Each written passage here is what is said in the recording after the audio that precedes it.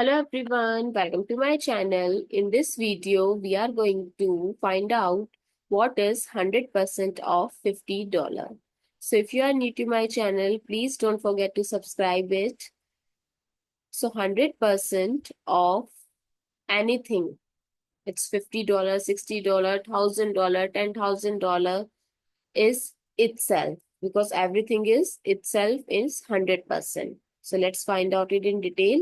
So the symbol percent is equals to 1 by 100. So if we remove the symbol, we can write 1 by 100. So 100 times 1 by 100 of will replace with multiplication times 50. So this cancel out 100 with 100. So what is left?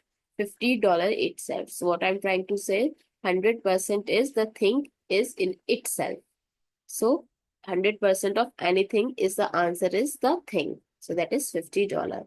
I hope it's clear and you find it useful. So please don't forget to like, share, comment and subscribe to my channel. Thank you so much for watching this video.